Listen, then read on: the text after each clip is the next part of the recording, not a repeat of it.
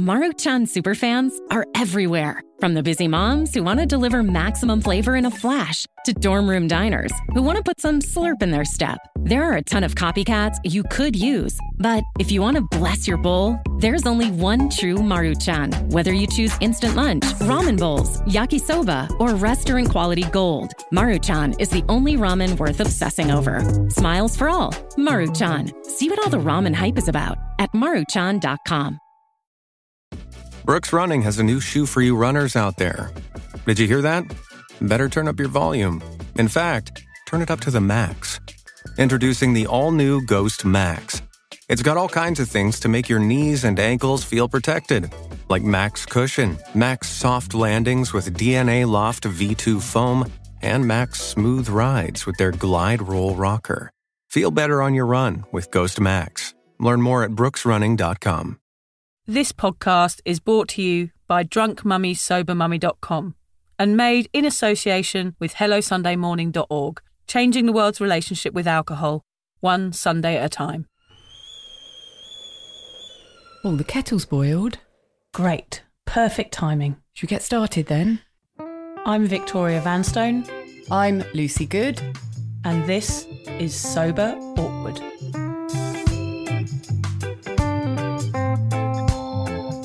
Right, Lucy, over to you. Thanks, Vic. So whatever stage you're at on your sober journey, and Vic and I are at completely different stages, you'll know that life without booze can at times feel, what do you reckon? Awkward.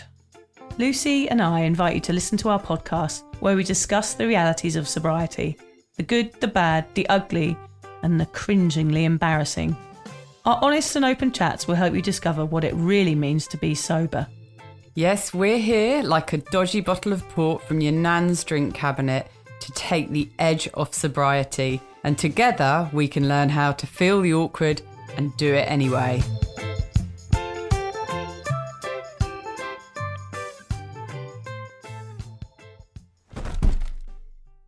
Lucy, Alan's just fallen over. Oh, God, what's he doing? What are you doing, Alan? Making a Halloween costume. Oh, God, he's got a box on his head, Vic. Why have you got a box on your head, Alan? What you've done is you've cut the eye holes out in the wrong place. You can't see where you're going. Get up. Dear, oh dear, God. That's not going to be the best costume, is it? I'm a little bit worried about his 4 kids this evening when he goes trick-or-treating. I hope he's done a better job with the kids' costumes. Yeah, I mean, that's not very impressive, is it? He's just got an old box off the tip. Yeah, 2 holes in it that are lined up with his forehead. Oh, too funny. We're in the spooky booth, aren't we, today, Lucy? Yes, it's Halloween. Happy Halloween, everybody. Yes, happy Halloween. Yeah, my kids are older, so I can get out of trick-or-treating. Yeah, I'm not getting out of it. Yeah, neither's Alan. So No. you guys will all be out, Yeah. pacing the streets, begging strangers for lollies. Yeah, at least we can hide our sad faces under masks. And cardboard boxes. Yes, and very poor cardboard boxes. How are you, Lucy? Very well, thanks, Vic. Really well. In fact, we're recording this in a morning, aren't we? It's our first time we've done a morning podcast. We usually speak in the evening, so we feel a bit sort of topsy-turvy, but good. It's nice, isn't it? Yeah, we just had breakfast, actually, didn't we? Had a veggie special, didn't we? Yeah. 2 pieces of toast with the poached eggs, because there's nothing that annoys me more than people serving 2 eggs and 1 piece of toast. You were very specific about that with the waitress. I have to be. Yeah, I You don't go were. out for breakfast very often, so I definitely want my 2 pieces of toast. And I went wild with the butter. She went mental. I'm going to post a picture of the amount of butter Lucy put on. I mean, we do like our treats, us sober people, and butter is one of them. I will have as much butter as I want. I'm sober. Yeah, you can lather your body in it and swim the channel. I bloody well will if I want. I'll help you. Oh, thanks, Vic. No, I'm very well, thanks. And great to be here in the morning. I'm quite liking this. Yes, it's so we nice. might do more morning podcasts. How about you? How are you? I feel all coffeed up and ready to go. So, I'm Yeah. excited to be here and excited to talk about this brilliant topic today, which is today's chat is all about the impact of words associated with sobriety, isn't it, Lucy? Yeah, that's right. This is a really important one. Well, we think every chat we have is important, don't we? We do. Do you think Something wrong with us? We big ourselves up. What we're talking about is so important. Yes, I am a very important person. Everything we say is really important and everybody should listen, whereas usually it's a load of bollocks. We're just talking a load of shit and hoping people listen. We did go and see a movie, though, didn't we, Lucy, this week together? We went to see the Aretha Franklin movie, yes. which was actually which a lot of television I watch nowadays turns out to be about addiction. It does. And trauma. And it was interesting because I knew a little bit about Aretha Franklin, as much as the next person, but I didn't know that much of her backstory, and I didn't know she struggled with alcohol. Yeah. So it was funny. We were sitting at the back of the cinema, weren't we? And there we were seeing this massive downward spiral of Aretha Franklin with alcohol, and we were both nodding knowingly, and it was a little bit of an eye roll moment for me because it's like, all these movies that follow the lives of famous people, they always seem to spiral into a pit of despair through alcohol. Yeah, I guess they don't have a lot of support. It's like Amy Winehouse is the classic example, isn't it? And the saddest. Yeah, the saddest. They just don't have support, these people, in their careers when they're suffering probably from a lot of self-awareness and overexposure. All of these things combined would lead you to want to numb out, I guess. Yes, and of course she had a lot of terrible trauma in her early life, which we won't talk about because it's really awful. Yeah. But you can understand what she was doing was masking that with alcohol. Yeah. But it's just so interesting that so many people's stories are the same, and yet we've still got a society that's pushing alcohol upon us. Because we don't look for the solution to drinking. I mean, the solution is to not have trauma in the first place and to help people with healing trauma, rather than just going, you've got to give up drinking and you're a big drinker. You've got to look as to why people are drinking in the first place. And I think that's a big problem in society, is that people don't look at the reason. If you find the reason, you can find a solution. For me, there were so many things from my past that made me into a big drinker. It wasn't just because of culture and society. It was because I had things wrong with my heart. There was a gaping hole in my heart from a very, very young age, which I was filling with alcohol. And it was the same with her. Hers was more extreme than mine, but it all is relative in the end, isn't it? It is, yeah. And unfortunately, it often takes, when you get that far into alcohol, you've been drinking it for as long as Vic and I had, which was 25 years of binge drinking, very heavy binge drinking. You haven't got a chance in hell of getting to the root cause of it or the reason why you started. And it does sometimes take getting sober for everything to become clear. You have so much clarity. Like, I can put it down to one or two things that started me drinking and the reasons that I carried on drinking. And it's all so simple and clear, but I needed to get out of that grey area, which we've talked about before, to be able to understand it. And the other thing I will just add on about the movie is Vic and I had the most delicious hot chocolates. Oh, we did. While we were in there. Crazy days. I can remember going to the movie so many times, like after having had a few drinks and then getting into the seat and sort of feeling all tired and a bit strung out, or being at the movies and wanting to get out to have a drink. What a wonderful way it is to go to the cinema. Yeah. We had these delicious, warm, hot chocolates that we sipped on while we were watching the movie. And that's a great way to do it. Guess what I did, Lucy, when I went to see Trainspotting? When I was, what would I have been, probably 19, 20. Took crack? No, I took ecstasy. Oh, about that half would an have made hour. it quite Half interesting. an hour. Yeah, it was interesting. Why didn't you do heroin? Keep yeah, it all in theme. I know. Oh, God, what was I doing? I sat in the back of the cinema with my eyes bulging out of my head. At the beginning, they have these really acid, trippy visuals at the beginning, and I was just like gurning on the back row. Did you see it all the way through, or did you get up and start dancing? I think I was tunes hiding in the movie. toilets at certain points, because it does get a bit dark, that movie, doesn't it? I do not recommend taking ecstasy or going to the movies on it. That was a very foolish, childish thing of me to do, and I regret it. But it's still one of my favourite movies. The moral of the story is stick with the hot chocolate and at the movies. Yeah, just say no. Now, I've just got something else I'd like to say before we get into the topic, and it's just following on from our last podcast, actually. So for those who heard it, we spoke to Sober Dave, great man, legend. I love it that so many people say he's a legend, because legend is quite a drinking phrase, isn't it? Yeah, you bloody legend. Yeah, you legend, if you just downed a pint or whatever. Yeah, he's a sober legend. Yeah, but everyone still uses that term for him. I love it. But at the end of our chat with him, he asked if he could make a final point, which was a really good one, which was you are never too old to give up drinking. And that's because he gave up at, what was it? I think it was in 54, 54, I think. I thought so, yeah. And I just wanted to follow on. I know there's been a 2-week gap, but my mind works very slowly. I'd like to add to that comment that you're never too old to give up, but you're also never too young to give up drinking either. And I say it because one of the comments Vic read out in one of our podcasts was from a young man who actually said he felt he was too young to have a problem with drinking. And one of our big regrets is not understanding and having the support and knowing that we could have given up earlier. Yeah. So if you're listening and you're young, young is in the eye of the beholder, you know, but just never feel it's too soon for me to give up. I've got to carry on. I've got to get into a worse position.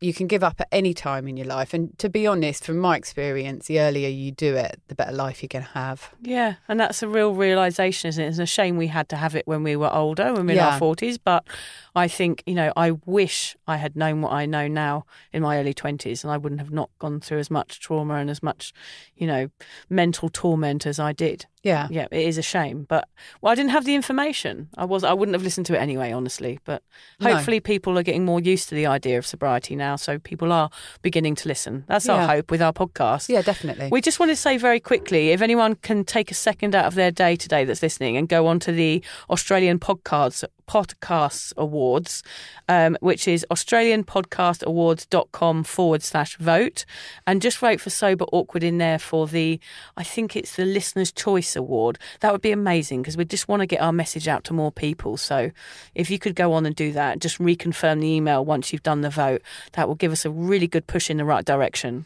Yeah, vote for us because we really are doing this for one reason only, and that is to help other people who have trodden our difficult path to get sober or at least to get a hold on their drinking. And just to give you an idea about the style of our podcast, you know, we're not up there to be massive movers and shakers in the podcast world. We simply want to help people. We're just two everyday women, mums. And just to give you an idea of that, the other day Vic called me up and I heard her, "Hello, Lucy," she said. I said, "Why are you whispering? Is everything okay?"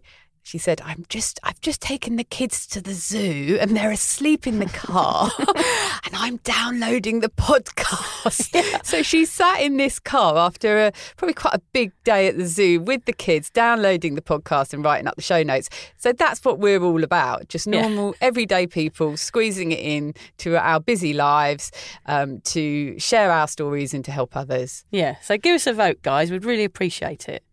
Yeah, I've been doing a lot of book editing this week. I don't know if I told you, Lucy, a billion times or not, but my book is being edited at the moment by this amazing lady called Gina. 1,000 Wasted Sundays, it's called. So hopefully it'll be finished within the next year. I keep saying that every year. I just can't wait for it all to be over. Yeah, I know, it's boring, isn't it? But I was writing a chapter on university, and I started university. I wasn't there very long. And I'll tell you the reason why was because I started university. My parents dropped me off with a crate of beers, and I hung a sign on my university door that said "free beer here." That was my first day. So all the people flocked to my room, and I, made myself into the party girl from day one. Yeah. Free beer here. This is who I am. Come meet me. Let's get pissed. I never went to one lecture the whole time I was there. And I was there for a while, maybe 4 months. I actually met my husband there when I was 18, but I didn't know he was going to be my husband. I didn't see him for 17 years. Until we got married, a year before we got married, obviously. You met him in Australia? I met him in Australia again, so that's another whole other story. But I actually was flatmates with him at Luton University when I was 18. And at university, you can imagine at that age, Lucy, how I was, Oh, I can well imagine. I just wanted to get off my head every single day and just smoke weed and just be the crazy girl. But I just thought that was fun. I just thought I was cool and fun. And I was there for about 4 months. And I remember being at a party and a girl walking up to me. And we're talking today about the weight of words. And this is a perfect example of me ignoring words very early on in my drinking days. and not listening to words when I probably should have done. But a girl came up to me that I thought I'd never met before. And she said, "Oh, hi." And I said, "Oh, hi, who are you?" She said, "Oh, I'm Catherine," or whatever her name was. And I said, "Oh, yeah, I'm Vicky. Nice to meet you." She went, "Oh, you're Vicky. You're the one that takes loads of drugs and is a real drinker." And so that was one of the first times in my life that somebody had said to, like, pulled me up on my drinking habit or my drug taking habit. And I actually was so humiliated and taken aback that I remember just sort of standing there just going, "Oh my God, that's how I'm thought of. That's how I represent myself." And I hadn't really realised until that moment that she'd said that I had a reputation as somebody, as a party girl, as like a real kind of lost it. And those words affected me so much that I went back to my room that night, packed my bags, and I left university. Wow. Yeah, I never went back. Oh, well, there's no point being there, really, if you... I continued collecting my student loans. I was just about to say, I do vaguely remember your mum and dad telling me that they were paying you some money for university for years. No, let's not go into that. Let's not go into interesting one, Vic, and thanks for sharing that, because also... when you said that this girl, Catherine, or whatever her name was, said those things to you, there was a time when if someone had said that to me, I would have been quite proud. Gosh, yeah, I suppose... I wondered what you were going to say then. I didn't know if you were going to say that you were humiliated. I was absolutely humiliated. Or humiliated. whether you were like, "Oh, yeah, that's me. Yeah, I take lots of drugs and drink." Because there was certainly a stage in my life where I would have considered that a compliment. I think it was because I didn't know her and I just presumed all the people that knew me thought it was funny. Whereas from an outsider's point of view, I don't think I'd ever considered anyone's opinion of me that wasn't within my close circle of mates. And so she was somebody coming from the outside and going, "You are this and this is why I know about you." And it summed me up at the time. And I remember getting in my Morris Minor the next morning and driving home and having to explain to my parents that I'd left university, not really telling them why, just saying that I just didn't feel comfortable there. But actually, of course, instead of dealing with what that girl said, I had no other mechanism than to get deeper and deeper into my drink and drug obsession. So I went home and the party carried on somewhere else. I just moved it from one location to the next, from Luton to home and then down to Brighton, where it just, it tumbled and got worse. Because again, that situation made my heart hurt again.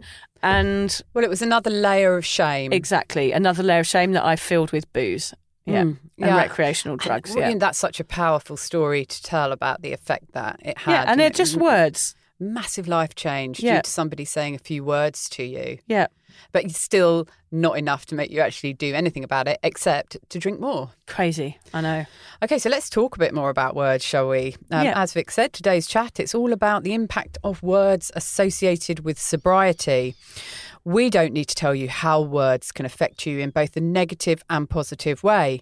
Never let it be said that sticks and stones can break my bones, but words can never hurt me, because they bloody well can. In fact, words, especially in the context of drinking, can have a huge effect on how we deal with our drinking and, most importantly, in our decision and our mission to get sober. Yes, that's right, Lucy. As a writer, I love words. The wonderful way we can string them together in a sentence to get across the right message in the right way.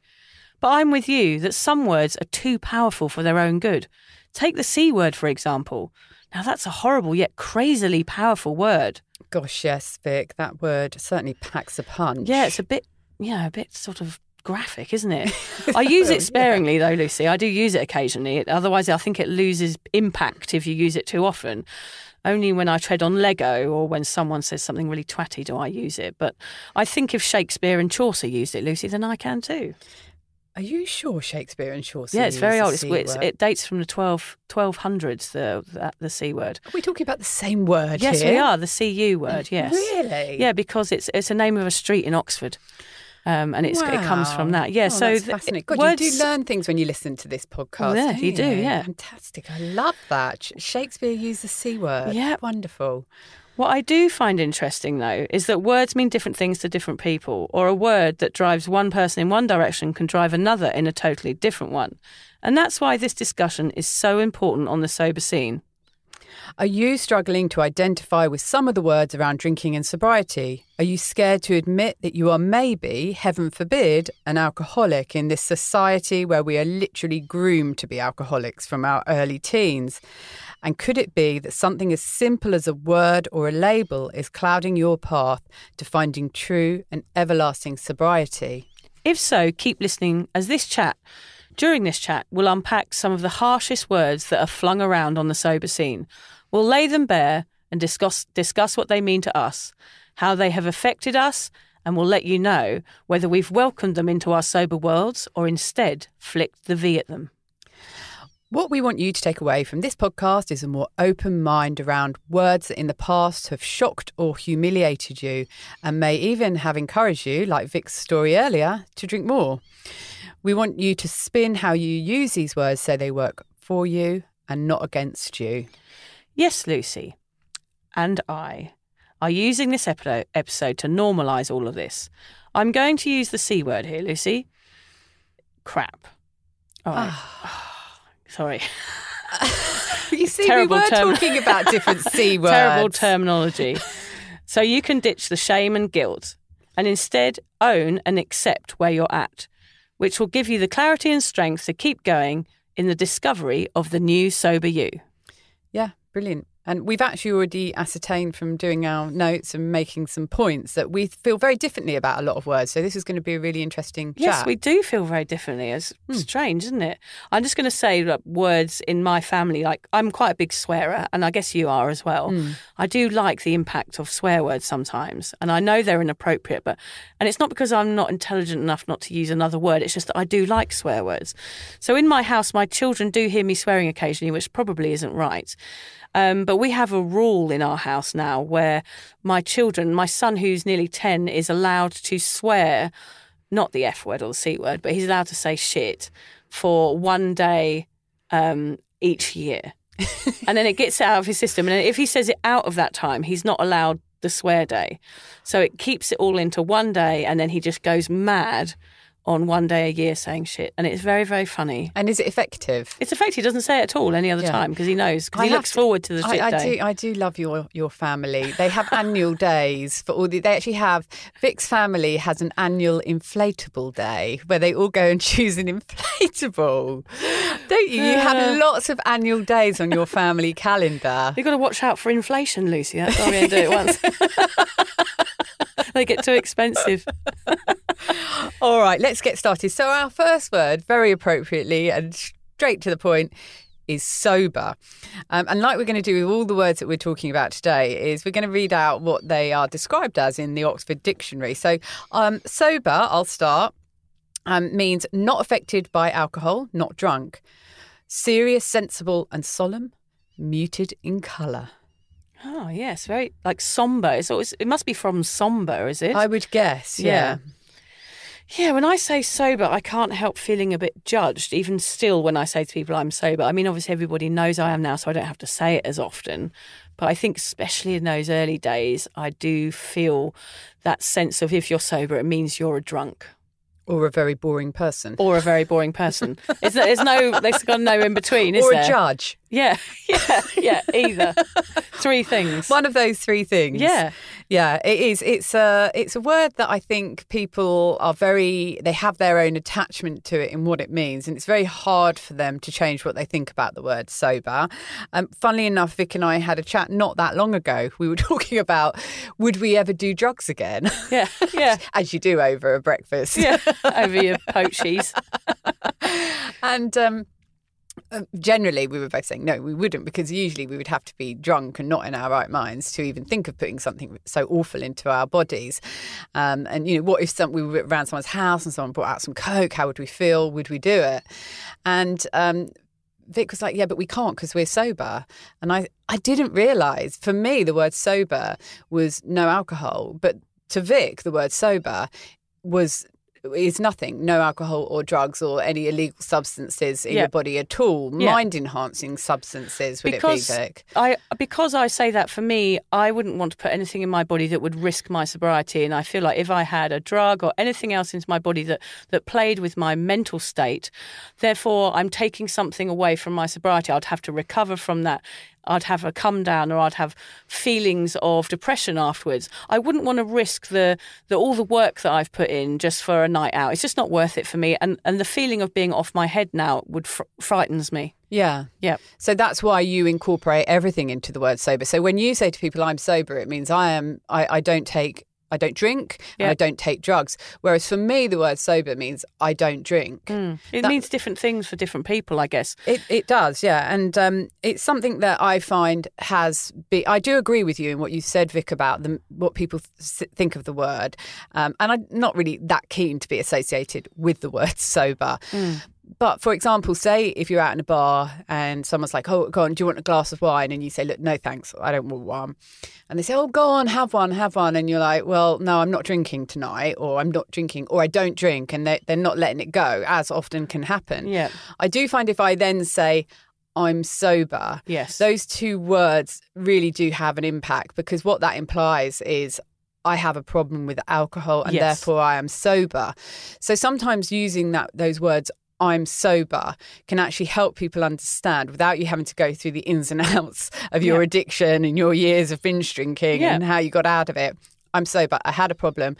And that usually shuts people up and it stops them trying to get you to have a drink. I think it is a wonderful word. I was just going to mention there is a word called Cali Sober that's out now, which is, I think it stands for California Sober, which means that you can smoke weed and be sober as well. And it's like this term that people use, or take any sort of hallucinogenic, like I guess ayahuasca or mushrooms or anything that's natural, and be sober at the same time. So there is that scene as well. It's a separate scene. But, I respect any scene. Of course, however you choose to take this path is up to you. But for me, that wouldn't work, because I'd still be altering my mental state, which I just don't want to do anymore. My children they do that already. They alter your mental state, but on a minute-by-minute basis, as it is. We don't need anything else interfering with our very delicate mental state.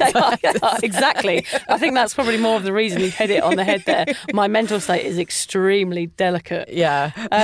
I did discover a word this week, actually, which is nephaliophobia, which is the fear of being sober. So there is actual phobia, an actual fear of being a non-drinker. It's an actual thing. So that is incredible. Yeah.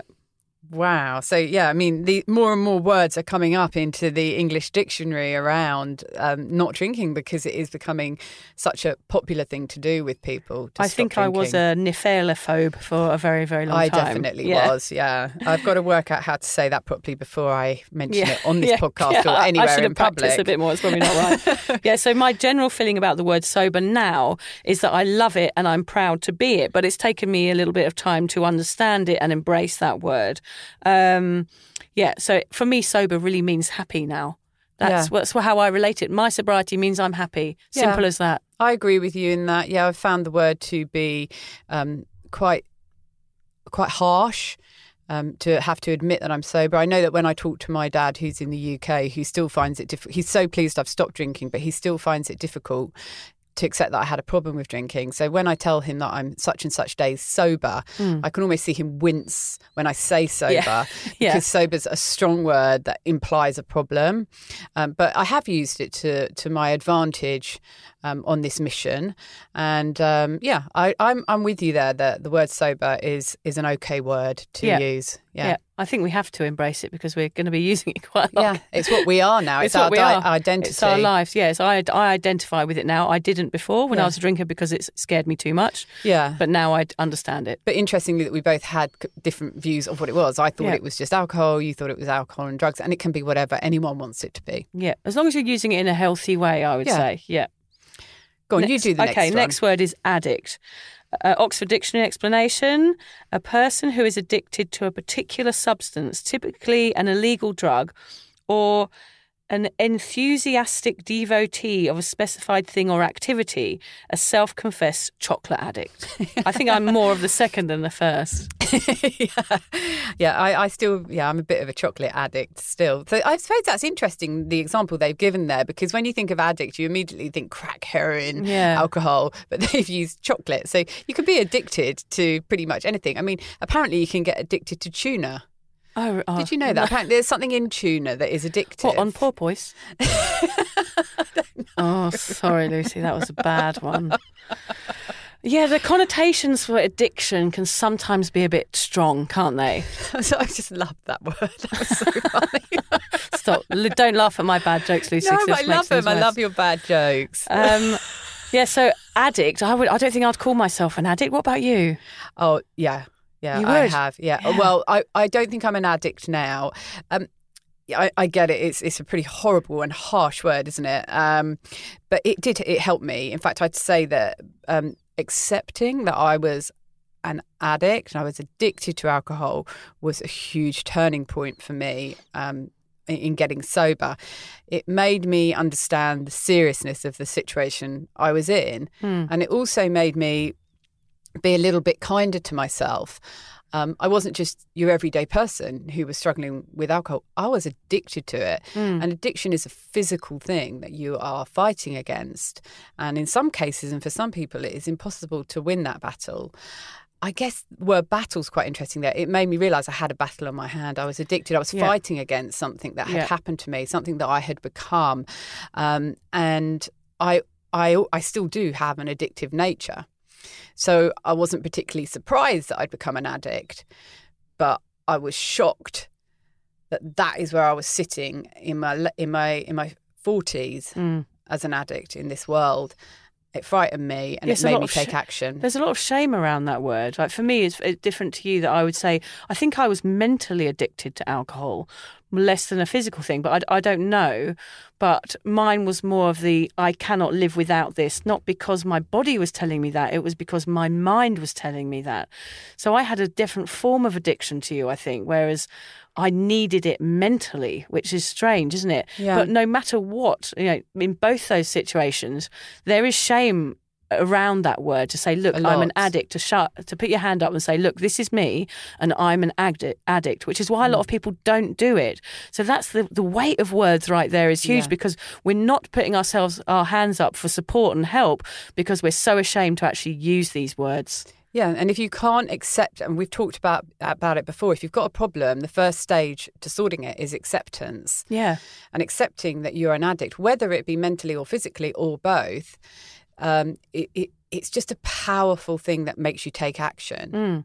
And also we're living in a society that's trying to make us think we're not addicts. Like the television programs that we're watching, the movies and everything, they want us to keep drinking because that's what we're told to do as a culture, as a society when we go out is to drink. So it's very, very hard to identify what you are.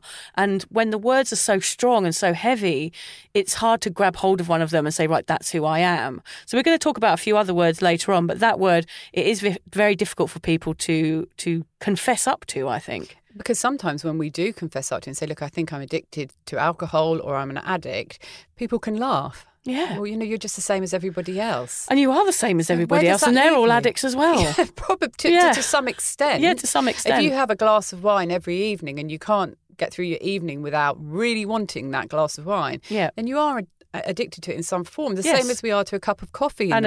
And a chocolate in the evening. Yeah. So a powerful word, but again, for me, it's been something that has been strong enough and horrible enough to make me realise the mess I was in and move forward and onwards and upwards. Yeah, so that's really good that you managed to get your head around that word and accept it as something that you were. Whereas perhaps I know I am, deep down, probably an addict. I have been an addict, but that word for me is it's too extreme. Yeah. And that's fair enough, isn't it? That's fair enough to feel that way. It doesn't mean you're not going to get sober because look at you, you're nearly 4 years sober, but you never, ever managed to accept the word addict. Yeah. That's fine. Yeah, that's what I think that's going to be like a big thing we're going to talk about today is like words, no matter what they are, you can accept them or you can chuck them in the bin. Yeah. And it doesn't matter what other people think of them. And the next word is probably one of our favourites in a way, isn't it? One of our pet words. Pisshead. Yep.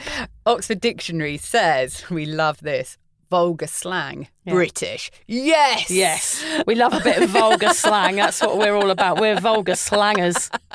Sober ones at that. Yeah. And the other description for a pisshead from the Oxford Dictionary is a drunkard. Yeah. I mean, I use that word pisshead for me all my life. Like, I'm just a pisshead. Like, it was a joke. I'm a pisshead. I like to drink. I like to go out and party. So I think that word for me made me acceptable in my group. And I I humorised the word pisshead in order to hide my drinking habit. So if I say, look, I'm just the word pisshead and addict. If I said to you, oh, Lucy, I'm an addict, ha ha ha ha, you'd be like, oh, whoa, you need to go and get help. But if I say I'm just a pisshead, you go, oh, she's a laugh, she's a pisshead. Yes. So I used that word to describe myself throughout my life because then I didn't used to have to use any other words. Clever, really. Yeah, it really is. It's sort of taking a really serious word and using a word that's a bit of a laugh instead of it to be able to get away with it and carry on with that behaviour. Yep. I mean, for me, there was no better way to describe myself other than a pisshead. And same as you, Vic, I was quite openly a pisshead throughout all of my life from sort of 15 onwards. Yeah. I have to admit that as I was getting into my late 30s and certainly early 40s, when people did describe me as a pisshead, or I was even using it to describe myself, it started to sit less and less comfortably with me. It's just not a good look. Especially as a parent. As a parent, as a middle-aged woman, it's not cool to be a pisshead anymore. And I know that is how people were talking about me and describing me, and I don't blame them for doing that, but I felt a lot of shame around that. But I do prefer the word piss artist. I think that's makes you sound like you're creative in your choice of beers. I just think it sounds so much better than piss head. So if you want to refer to me, could you use piss artist? Yes, instead? I'll use piss artist. Thank you. Instead, it makes you sound more intellectual. Appreciate I imagine that, you're in a Vic. little beret with a small moustache. Downing a Stella. Yeah. Yay, legend. Way on piss artist, way. Legend. Okay, next word, Vic. You go for it. Right, alcoholic. This is the big one. In the Oxford Dictionary, it says containing or relating to alcohol, suffering from alcoholism, a person suffering from alcoholism. Yeah. I know with AA, once an alcoholic, always an alcoholic. That's right, isn't it, Vic? I think so, yeah. Yeah. I don't see that. I will admit I was an alcoholic. Mm-hmm. I was in a situation where I simply couldn't stop drinking. But I wouldn't describe myself as one now. And I've come to that realisation. I mentioned in another podcast that I went to see a healer, and she went to my right shoulder and she said, oh, there's a lot of shame in there. And I hadn't told her about my drinking history, and I said, oh, that makes sense because I used to be an alcoholic. Oh, you said that word out loud to her? That's what I said to her, that sentence. Is that the first time you've said that word to someone like that? I have used the word alcoholic before, not very often, but that sentence, I lay there for a while just letting that one sit with me because that is how I felt. I don't feel I'm an alcoholic anymore. I don't have a need to drink whatsoever. And I don't envisage I ever will have. You just don't know what's around the corner. But I'm certainly not sort of grinding my teeth and white knuckling every day, trying not to drink. But I used to. So, yes, I would say I was an alcoholic, but I'm not one now. What about you, Vic? It's a word I've always shied away from. I mean, that's why... God, you're not very brave, are you, with these words? No, I'm not very brave with the words because I don't like to be labelled. I don't like people using words that give them the wrong mental connotations of what I am. So if I say to someone, look, I'm an alcoholic, I know that their image of me in their brain is me passed out on the floor in a pile of vomit with a crying baby crawling over me. It's extreme circumstance, and they're going to jump to that conclusion straight away into their brain, and that's not who I am. So I don't want that word to represent me, even though I probably am an alcoholic and I have been an alcoholic, and a lot of institutions would call me an alcoholic. I guess that's what we are, is alcoholics. But I think there are softer terms that we can use that don't make us feel, that word in itself comes along with all that guilt and shame and those negative, all those negative feelings. So, but for some people I know that they say I'm an alcoholic, they can say it in a very, very strong way and go, that's who I am. And I think being an alcoholic is sort of part of the human condition. So there's no reason why we should be ashamed of it, because we are almost trained as humans to drink because it's the way that we heal ourselves and it's the way that we numb out from our traumas and our pain and everything else that life throws at us. So we should be able to go, look, life has made me into an alcoholic and I'm proud of that and I'm not one anymore, but that's how I identify. But for some reason, culturally, I find that word difficult to accept. I was an overdrinker, a problem drinker, and I do think I think those words are a bit softer because I do think that other word does invoke a sense of judgment. And it makes me think of people like with pale faces in circles in rehab facilities. Well, I think that's it as well, because when you think of the word alcoholic, it often comes with the word anonymous. Yeah. And the word anonymous really makes you think of having to hide away from something. And feel shame about something. And feel shame, yes. And we're not about being anonymous at all, are we, Lucy? No, we're not about at all. shouting about this and being open about this, and so that other people can understand that, being an alcoholic doesn't have to be something to be sad about. And I think I like to put the stake in the ground sometimes with some people. I've had very little problem with people and my drinking. Everyone's been very supportive.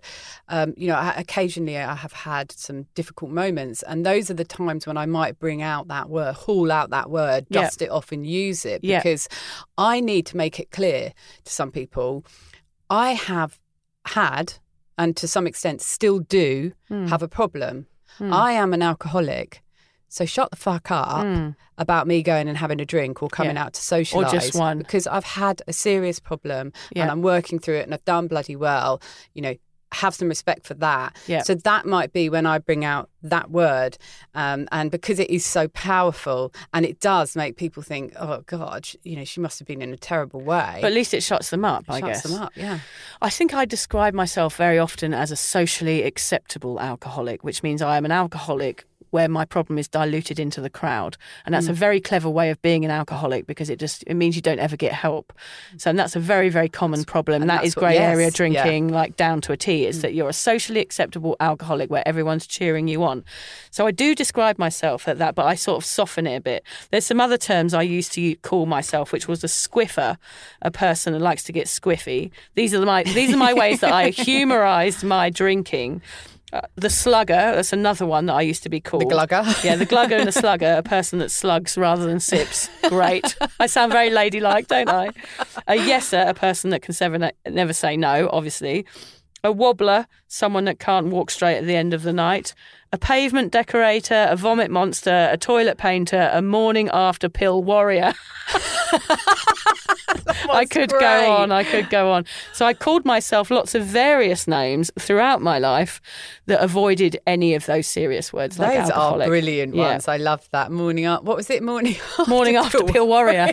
I don't know whether I looked like a warrior when I was hungover traipsing to Boots on a Sunday morning with a hood on, crying. Oh God, not a good look. The walk of shame. The walk of shame.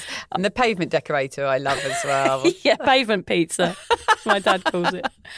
I just want to share some thoughts I put out on Instagram about words this week. We've actually got a response from Faye Lawrence, who runs Untoxicated. She says the word alcoholic works for her. She said it keeps her on the straight and narrow, no wiggle room. Yes. I like that. Yeah.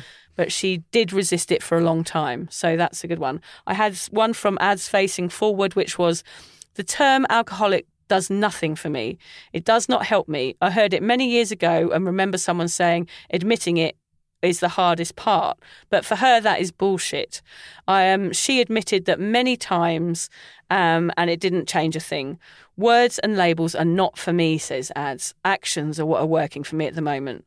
I just tell people I don't drink. And that should be enough as well, shouldn't it? Just saying I don't drink. You shouldn't have to use these words if you don't want to. And then I got another message from somebody called Pam. She said, she is struggling to put herself in the alcoholic box. She likens it to being put in a jail, like a life sentence. She said, this was a lovely comment. She said the podcast has given her the gift of self-reflection, and that she's starting to understand that perhaps she is an alcoholic, even if the words are uncomfortable. And then she just added at the end that her husband coined the term "pammered."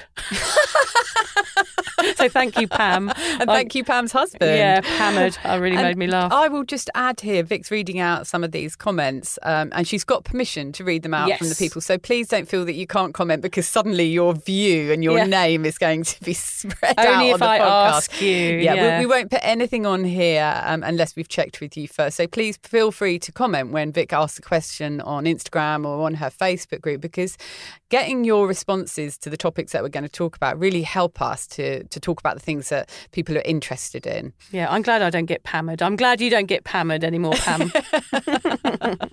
Yeah, good for you, Pam. What's the next word, Lucy? Great one. Sober curious. And what's so interesting about this is I looked it up and there's nothing, it's not in the Oxford Dictionary. So what does that tell you about it? It's such a new word. So instead I went to good old Google and popped it in and I got this from Healthline. Sober curious simply means that you've chosen to avoid alcohol for personal or wellness reasons. It involves curiosity about the reasons fueling your desire to drink and the way alcohol affects your life. What we think it encapsulates is anyone that has ever questioned their relationship with booze. Sober curious simply means that you've chosen to avoid alcohol for personal or wellness reasons. It involves curiosity about the reasons fueling your desire to drink and the way alcohol affects your life. We've just said that. Well, we've just made the point, made it really clear. Sometimes you've got to say things a couple of times for it to really go in. But you love this, don't you? You love sober curious. Tell us why. I do love this term because I've mentioned it many times, but for the first 18 months of my sobriety, I didn't tell anyone because I didn't want to say to people that I was an alcoholic because I didn't feel like I was. I felt like I was a problem drinker that needed help to stop. That's how I identified. I didn't know there was a sober curious scene. I didn't know anything about it until I found that term. That term gave me an identity and it meant I was part of something for the first time ever. It really made sure that I could identify who the people were that I could surround myself with and the people who I could talk to and how I could explain what I was going through to my friends and family. I am a sober, curious woman. I questioned my alcohol intake for many, many years, and I've questioned it so much to the point where I'm bored of questioning it and I have to get help and stop. So the curiosity killed the cat at the end of the day. It made me reach out for help and get support. So I just think that word, it is so vast. It's like a big warm hug that grabs hold of a huge range of people. Anything from those one glass of wine at a barn dance a year to somebody that's a problem drinker to somebody that's an extreme drinker. They're all going to be people that question their drinking. And for me, that it allowed me to get rid of that shame of having a problem with drinking. And it allowed me to explain myself, And so it incorporates so many people, a space outside of that alcoholism word. It means the floodgates open for me to get support. So that word for me is involved in everything I do now. It's about teaching people that if you're questioning, you are sober curious and you are deserving of help. So that's everything I base my blog on, my book on, is saying, look, there is this place, this sober curious place that isn't extreme. So for me, that word changed everything. Yeah, and I understand and I accept everything you say there, and you explained it really well. But because I'm being very disagreeable in this podcast, it's Halloween, today, she's doing spooky disagreeing. I should maybe not have had that double shot coffee before I came in because I'm feeling a bit agitated. Oh no! The reality for me is the sober curious word doesn't really work because of the level of the problem that I had.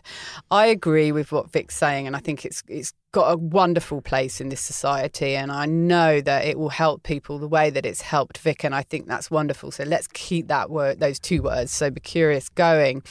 For me, I find it scary because it's too grey area for me.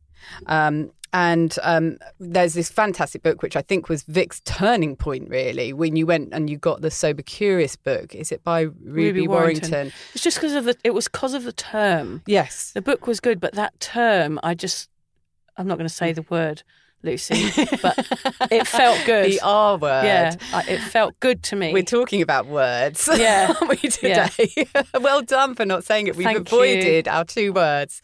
And because everyone raves about this book, Sober Curious by Ruby Warrington, excellent book. Of course, I ran out and got it in the hope to have another tool in my toolbox. And I read it. I started to read it when I was about 3 months sober, and I had to stop reading it because it is about maybe continuing to drink, but moderating. Scared the life out of me because I thought, I can't do it. I can't go back to try to moderate again. I am not sober curious. I am sober desperate. You're an alcoholic. Yeah. A curious is a very gentle term, which is what you like about it. It's like a little curiouser and curiouser. That comes from Alice in Wonderland, I think. It's kind of a cute word. If someone's curious, they're just tapping into something, getting a little bit of information. They're interested in something. That's not me. I was serious. Desperate. Yeah. Desperate sober for support. Serious. Yeah. Sober serious, sober desperate. I don't know. But I was beyond sober curious. And whereas I think it's great and it encompasses so many people, it brings them in to start their journey on wherever they're going to end up, which is hopefully sober.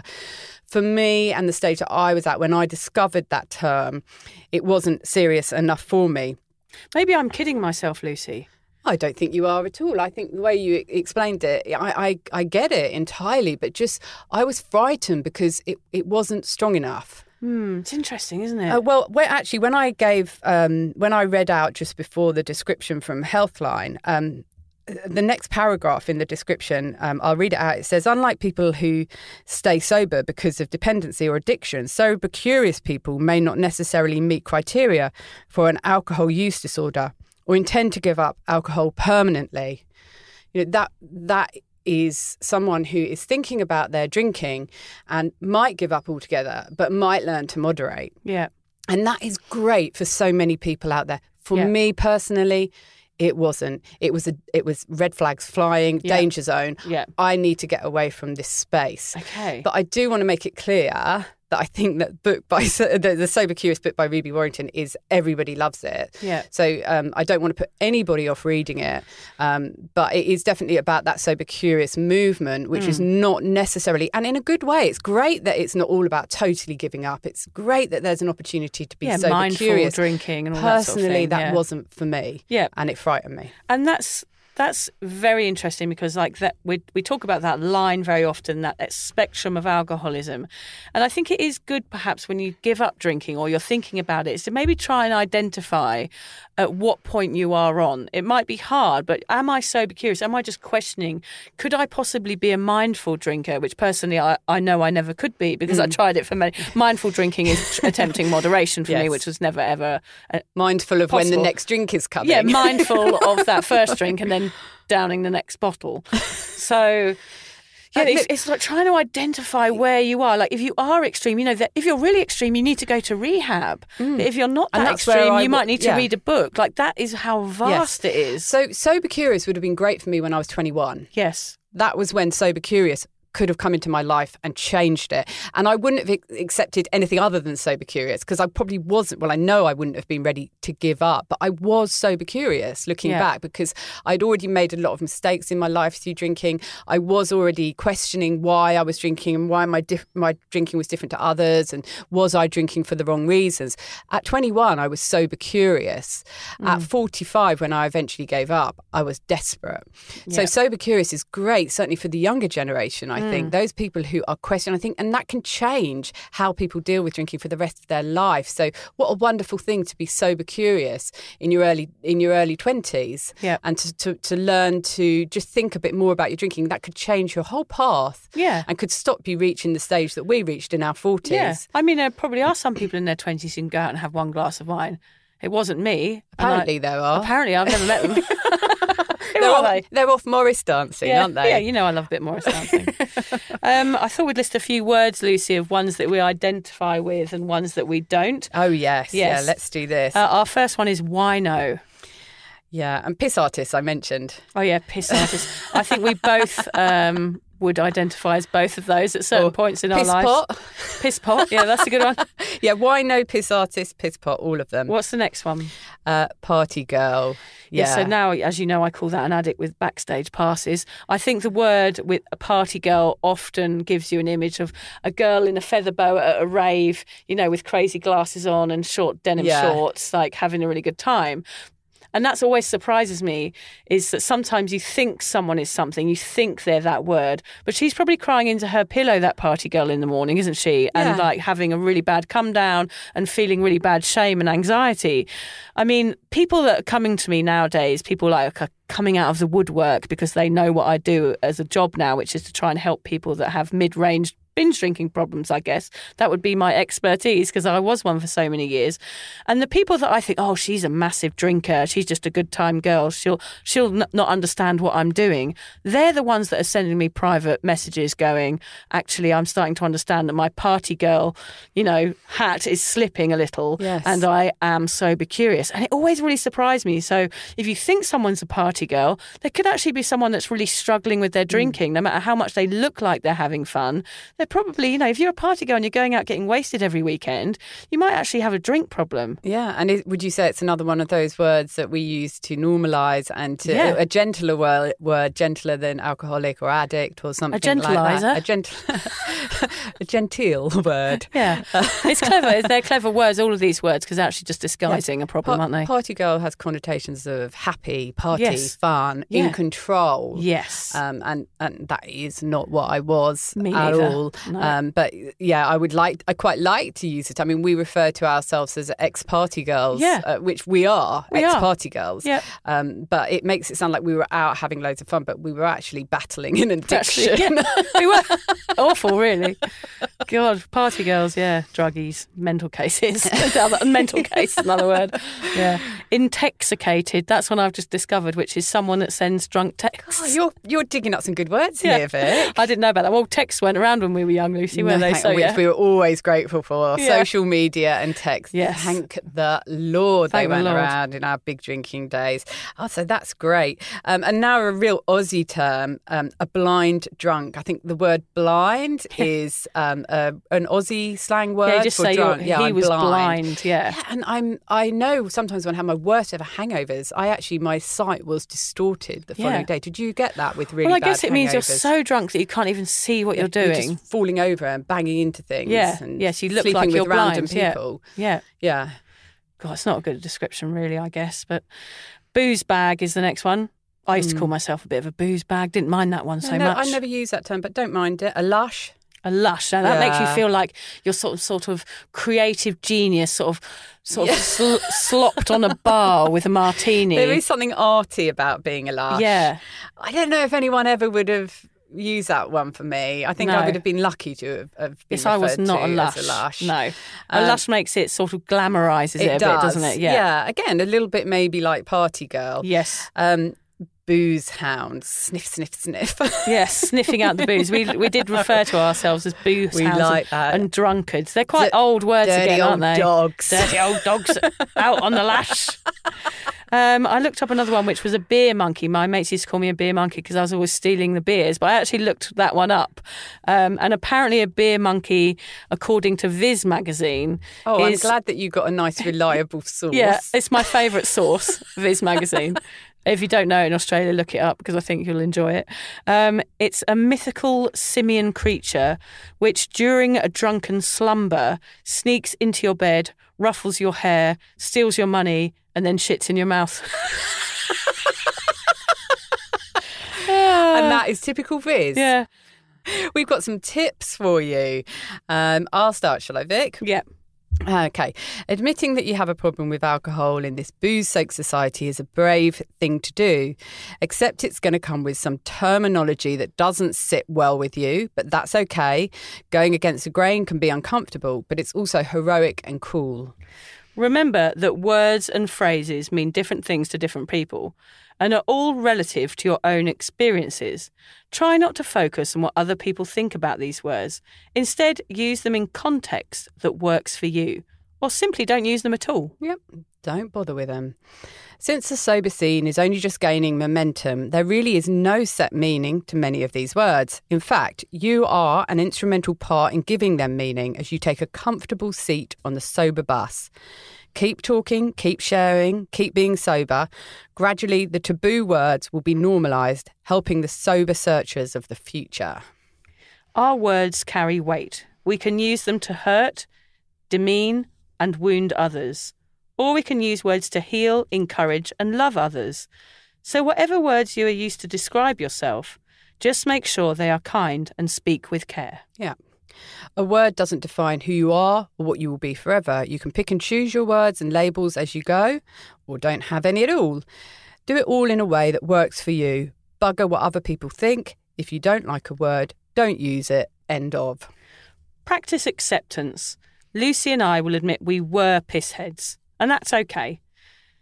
As disastrous as the part of our lives were, it's made us the people we are today. By openly accepting the shit part of yourself and the mistakes you have made means you can learn from them and find the person you aspire to be more easily. So find the words that suit you, ones that sit well, accept them and embrace them. If need be, get rid of the ones that make you uncomfortable, dispel some words from your vocabulary. Vocabulary. I can't say that word. Vocabulary. How do you say it? Vocabulary. Vocabulary.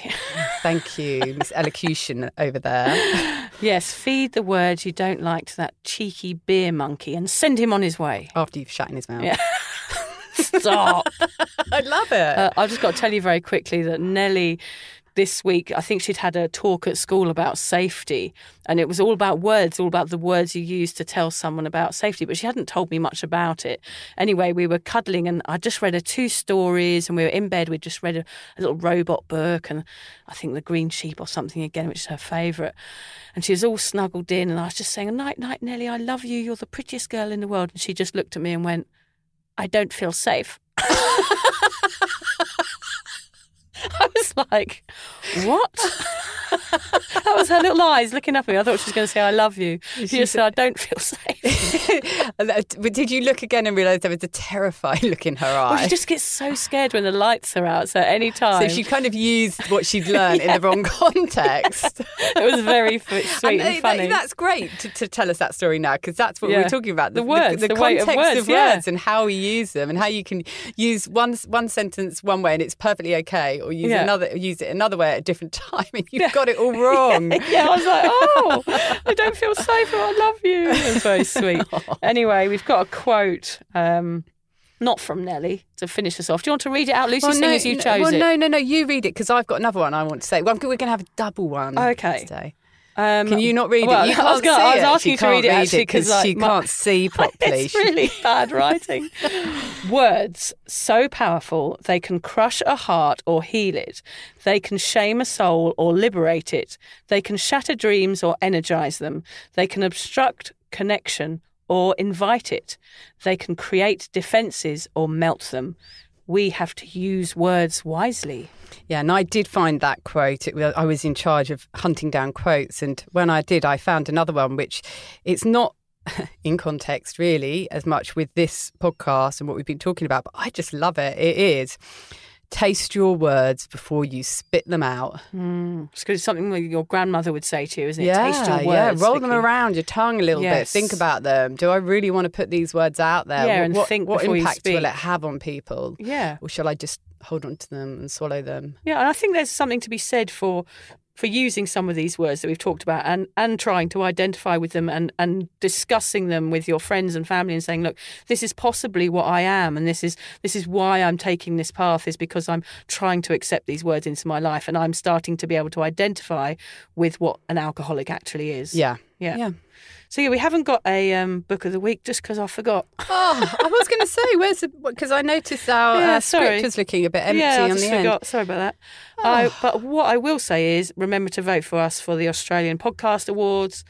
Just /vote and confirm your email, because that would just be a great way of getting us out there. And I'm just looking out at Alan decorating his cardboard box. Oh wait, he's soaring into it now. It's looking really good. He's soaring some other. Those eye holes are a bit big, aren't they? I think that I think his kids will probably disown him tonight and try and join another family. Is he just going to put his face through that hole? Well, one of the eye holes is really big. So it does look quite frightening. It does actually look quite frightening. I'm impressed. Nice one, Alan. And happy Halloween, everyone. Yeah, happy Halloween. Thanks for listening to us. Yeah, thanks for listening. We're going to go and get dressed up now, aren't we, Lucy? Yeah. I'm going to be a evil doctor. And I'm going to get dressed into my pyjamas. Oh, yeah. Classic Lucy staying home again. Avoid the party at every cost. Yeah, that's me. Thanks, everyone. Thank you for listening to the Sober Awkward podcast. If alcohol is affecting your life in a negative way, if you're struggling to moderate or your hangovers are causing anxiety, it might be time to reach out for help. Contact your local doctor, a therapist, or connect with your local AA or sobriety group. Vic's got one. Yes, go onto Facebook and just search Drunk Mummy, Sober Mummy, the group. Lucy and I both agree that even though this journey can be awkward, it's definitely worth it. And if we can do it, you can too. For more support on sobriety, head to Vic's website, drunkmummysobermummy.com. And Lucy runs an online space to support and inspire single mums. Find out more at beanstalkmums.com.au. Finally, if you've enjoyed the Sober Awkward podcast, don't forget to follow, subscribe, review, and share it with your mates. Don't make it sound like they have to, though. No, they do have to. I'm not doing all this for nothing, Lucy. No.